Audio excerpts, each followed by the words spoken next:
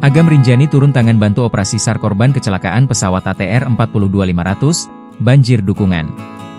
Sosok pemandu Gunung Rinjani, Agam Rinjani, tergerak untuk bergabung dalam operasi pencarian dan pertolongan, SAR, korban kecelakaan pesawat ATR 42500 di Gunung Bulu Saraung, Pangkep, Sulawesi Selatan. Agam Rinjani atau bernama lengkap Abdul Haris Agam adalah sosok viral ikut turun ke jurang sedalam sekitar 600 meter mengevakuasi jenazah Juliana Marins, pendaki asal Brasil yang terjatuh dari tebing jalur Gunung Rinjani pada Juni 2025 lalu. Ia telah mempersiapkan diri, termasuk membawa peralatan rescue di ketinggian. Seperti halnya peralatan rappelling sebagai perlengkapan khusus untuk aktivitas turun tebing atau ketinggian menggunakan tali.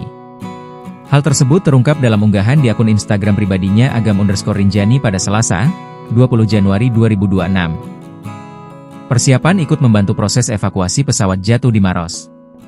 Doakan semua segera ditemukan. Amin, tulisnya.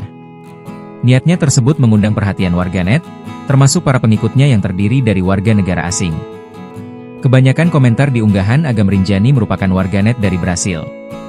Tak sedikit yang memberikan dukungan doa untuk keselamatan Agam dalam bahasa Portugis.